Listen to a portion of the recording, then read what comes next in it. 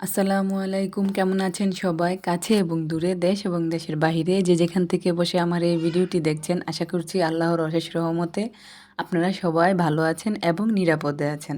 আলহামদুলিল্লাহ আমরাও ভালো আছি। আমি শারমিন আক্তার ওয়েলকাম জানাচ্ছি আমার নতুন আরও একটি ব্লগ ভিডিও দেখার জন্য। এই তো আমার রেন লিলি গাছে মাশাআল্লাহ কি সুন্দর ফুল ফুটেছে। এই টবটা আসলে আমি ছাদে রাখছি।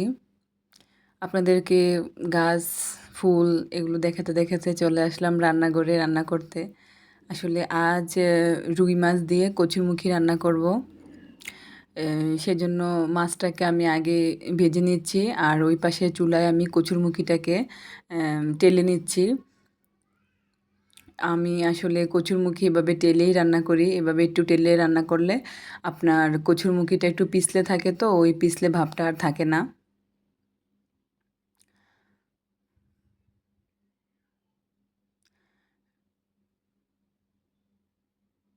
রুই মাছ দিয়ে কচুরমুখী আসলে চাইলে আপনারা ওইভাবে রান্না করে খেতে পারেন। এখানে আমার বাবাটা বল খেলতেছে, বলতেছে আম্মু আমি বল খেলি তুমি একটু ভিডিও করো। কি ভিডিও বানাবো বুঝতে পারতেছি না। দেশের অবস্থাও বেশি একটা ভালো না।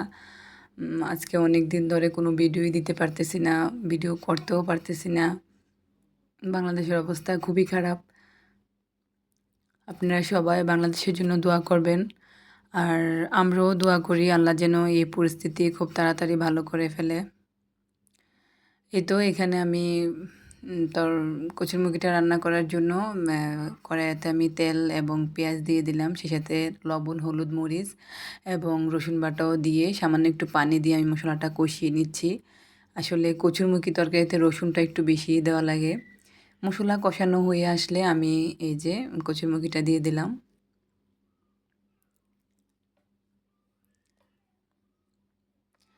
সামান্য একটু পানিও দিলাম যেন নিচে না লেগে যায়।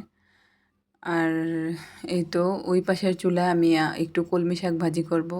সেজন্য কলমি শাকটা আমি একটু ভাপ দিয়ে নিচ্ছি।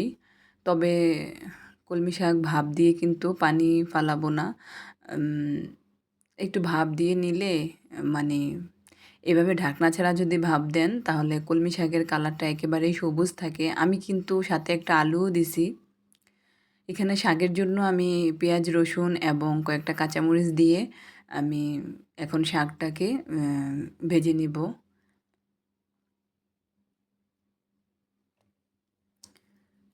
এই তো শাকটা ভাজা আমার একেবারেই হয়ে আসছে।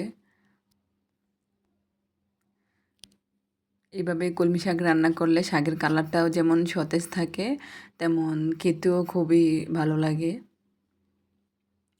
এখানে কচুরমুখিটা সিদ্ধ হয়ে আসার পর আমি মাছটা দিয়ে দিলাম।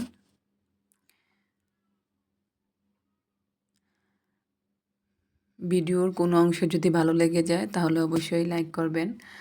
আর আমার কোনো কথা যদি ভুল হয়ে থাকে অবশ্যই ক্ষমা সুন্দর দৃষ্টিতে দেখবেন। তো ভালো থাকবেন সবাই, সুস্থ থাকবেন আর নিরাপদে থাকবেন। এই তো আপনাদের সাথে কথা বলতে, বলতে আমার রান্না একেবারেই হয়ে আসছে। আমি ধনেপাতা দিয়ে দেন ঢাকনা দিয়ে ঢেকে দিলাম। শেষ রান্না। ভালো থাকবেন সবাই। আল্লাহ হাফেজ। আসসালামু আলাইকুম।